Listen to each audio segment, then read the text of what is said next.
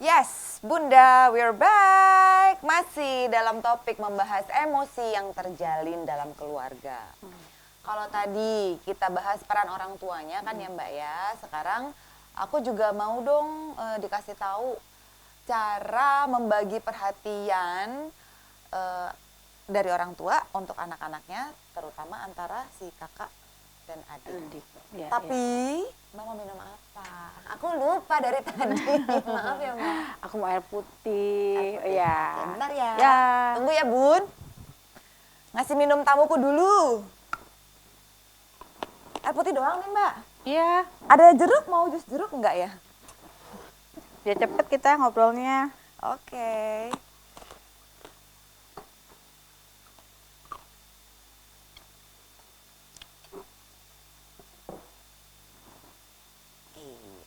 Monggo, silahkan Mbak. Dirimu nggak minum? Hah? Aku udah kebanyakan tadi Mbak. Oh, oke. Aku duluan ya. Iya, monggo silakan. Iya, nah apa bentuk perhatian perhatian yang bagaimana yang semestinya diberikan oleh seorang kakak kepada adik? Ya. Jadi kalau misalnya membagi perhatian itu kan nggak mudah ya.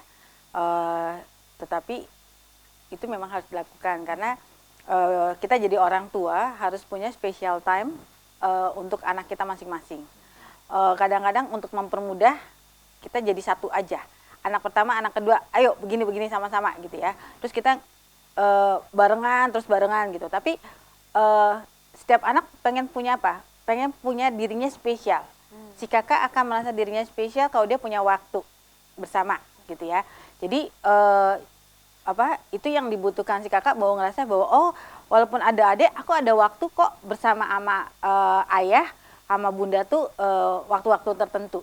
Si adik juga akan merasa pada waktu tertentu, saya juga punya waktu kok waktu-waktu tertentu untuk bersama ayah dan ibu tanpa kakak gitu. Jadi si kakak yang duluan hadir tidak merasa kehilangan akan perhatian yang sebelumnya tertuju ke dia, dan si adik juga akan merasa bahwa dia pun juga punya perhatian waktu yang cukup untuk bisa bersama ayah bundanya tanpa ada kakak, seperti itu. Sehingga dia juga akan merasa diri dia menjadi pusat perhatian yang selama ini dia rasakan itu dapetnya pada kakak, misalnya gitu. Jadi di-create, di-balance ya. Jadi harus punya special time. Masing-masing anak harus punya special time, dan itu waktunya tergantung dari orang tuanya. Jadi misalnya pergi ke, misalnya biasanya kalau orang tua di kota dia jalan-jalan ke mall misalnya bersama-sama. Nah, tapi dari awal akan bilang ini waktunya siapa ya? Oh, waktunya kakak. Kalau gitu yang pergi sama ayah siapa ya? Kakak dulu. Jadi kakak sama ayah akan berduaan pergi kemana, nyari apa, adik sama bunda. Begitu juga pada saat bunda punya waktu juga bunda sama kakak gantian dan seperti itu. Jadi artinya semua masing-masing merasa bahwa oh ya aku punya special time. Walaupun itu cuma sebentar, gitu. Tapi itu terpenuhi, gitu. Seperti itu. Tapi kalau kayak gitu apa enggak bikin salah satunya jadi ada jealous gitu Mbak? Oh. Maksudnya kayak gini. Ya kalau mungkin kalau gantian enggak ya? Ya kan gantian. Jadi ditentukan. Misalnya ya itu waktunya terserah ya. Misalnya minggu pertama siapa, nanti minggu ketiga siapa, minggu kedua dan minggu keempat itu bersama-sama gitu loh. Jadi intinya adalah si ayah akan pernah merasakan cuman berduaan aja sama anak pertamanya, dan si ibunda juga pernah merasakan berduaan aja sama anak pertamanya gitu ya. Sehingga si ayah juga punya kesempatan berduaan sama si bungsu dan seterusnya. Artinya semua akan merasa punya waktu. Kalau anaknya masih 2 ya. Kalau anaknya 4 ya dia tentukan bersama kapan dia punya waktu. Misalnya pada waktu ini misalnya pada saat hari ulang tahun itu adalah hari aku bersama ayah dan bunda sendirian misalnya, atau apapun terserah. Tapi dia harus menciptakan momen-momen di mana setiap anak punya waktu bersama orang tuanya atau salah satu dari orang tuanya, sehingga semuanya akan merasa dirinya spesial gitu. Jadi pokoknya balance ya, Ya. yang harus harus di harus dibagi waktunya sedemikian rupa Bun dan Ayah. Jangan membeda-bedakan. Iya. Mbak ya, benar ya. Karena sesuai dengan usianya karakteristiknya juga berbeda. Iya. Begitu kan. Seperti itu. Nah, aku lanjut nih Mbak ke pertanyaan berikutnya. Ini ada bukan mitos sih, tapi kebanyakan orang berpersepsi Ya. demikian. Apakah benar anak pertama itu selalu menjadi anak yang dituntut atau bisa diandalkan, Ya. lebih bertanggung jawab daripada si ade, sementara si ade atau si bungsu itu adalah anak yang harus selalu dimanja, dilindungi, diperhatikan itu kayak gitu. Ya. Pada intinya gini, secara psikologis setiap anak punya sejarahnya masing-masing. Kalau kita melihat karakter anak ada dipengaruhi oleh pengaruh lingkungan, otomatis dipengaruhi oleh situasi kondisi pertama dia dilahirkan ya. Jadi artinya punya sejarahnya masing-masing. Anak pertama adalah anak yang ditunggu. Ya, betul. secara psikologis dia punya sejarah yang berbeda. Nah, artinya pada anak itu bahwa punya karakter-karakter yang tadi diharapkan itu sangat tergantung. Yang orang tuanya akan membawanya ke arah yang mana. Gitu.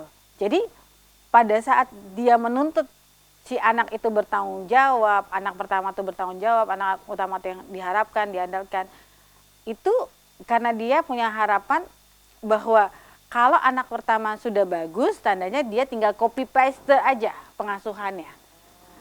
Ya kan? Jadi diharapkannya begitu. Jadi sehingga ada contoh konkret sehingga si adik bisa ngikutin. Tapi nggak seperti itu sebetulnya dalam prakteknya gitu ya. Jadi artinya seorang anak pertama kadang merasa terbebani dengan apa? Tuntutan dari orang tuanya. Bahwa dia harus ideal, bahwa dia harus menjadi anak yang tidak pernah salah, anak yang nurut, anak yang patuh gitu. Sehingga apa ya, kesempatan dia untuk mengeksplorasi dirinya menjadi terbatas gitu. Nah, jadi pandangan itu sebetulnya sangat tergantung dari pola pengasuhan dari orang tuanya. Dengan sejarah yang ada, bagaimana orang tua akan memperlakukan dia. Kalau dia orang tuanya merasa bahwa anak itu si sulung harus bertanggung jawab dengan pola tadi, kalau sulung berhasil, yang bawahnya bisa berhasil, copy paste gitu ya, itu nggak tepat gitu. Setiap anak punya karakternya masing-masing, punya kebutuhan masing-masing, dan tidak ada anak yang mau dilahirkan dengan saya nggak minta jadi anak pertama. Iya, si bungsu juga nggak bilang, aku nggak minta untuk dimanjain gitu. Jadi dimanjakan atau tidak, dituntut harapan atau sangat tergantung oleh sejarah dari anak itu sendiri. Jadi sebelum kita melihat bahwa anak kita manja, anak kita begini, terlalu tangguh, terlalu kuat misalnya gitu. Kita mesti lihat sejarahnya gimana. Jadi kita harus lihat kondisi sejarah dan bagaimana individu pribadi itu berkembang sangat tergantung dari sejarah pengasuhannya masing-masing. Sejarah pengasuhan dari kapan? Dari kehamilan. Seperti itu. Kalau di setiap agama bilang dari proses pertemuannya ya, tapi kita kan nggak bahas itu, tapi lebih pada proses kami. Kenapa? Karena yang dipelajari pertama anak adalah emosi ibunya dalam kandungan. Iya, dia yang pertama kali dikenali emosinya. Ibunya sedih, kerasa di dalam anak yang di dalam kandungan juga kerasa. Gitu. Jadi seperti itu. Udah ada ikatan batin. Iya, seperti itu. Wow, luar biasa nih Mbak bahasan kita hari ini. Alhamdulillah. Akhirnya bunda-bunda kita sampai di penghujung program kita hari ini Bun. Makasih banyak ya Mbak Eva atas kehadirannya hari ini. Informasi yang udah Mbak Eva sharing ke bunda-bunda semua di rumah. Oke Bun, aku tutup program persembahan untuk bunda hari ini. Sampai jumpa lagi di topik-topik berikutnya. Dah. Oke.